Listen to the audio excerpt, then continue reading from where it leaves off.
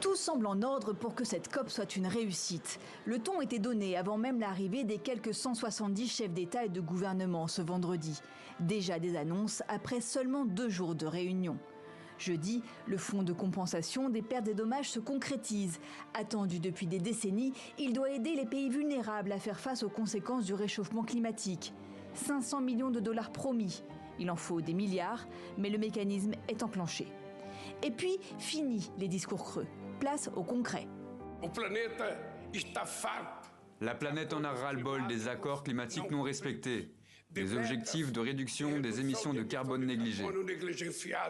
110 pays soutiennent déjà un premier outil pour la neutralité carbone. À l'échelle mondiale, nous nous sommes engagés à multiplier par 3 les énergies renouvelables. Dans cette lignée, le pays hôte, les Émirats arabes unis, géants du pétrole, veulent montrer l'exemple. Je suis heureux d'annoncer la création d'un fonds de 30 milliards de dollars pour des solutions climatiques au niveau mondial. Un nouveau fonds public-privé pour trouver notamment des solutions de captage et de stockage du carbone. De quoi permettre aux producteurs d'hydrocarbures de continuer d'exploiter les gisements aussi longtemps que possible.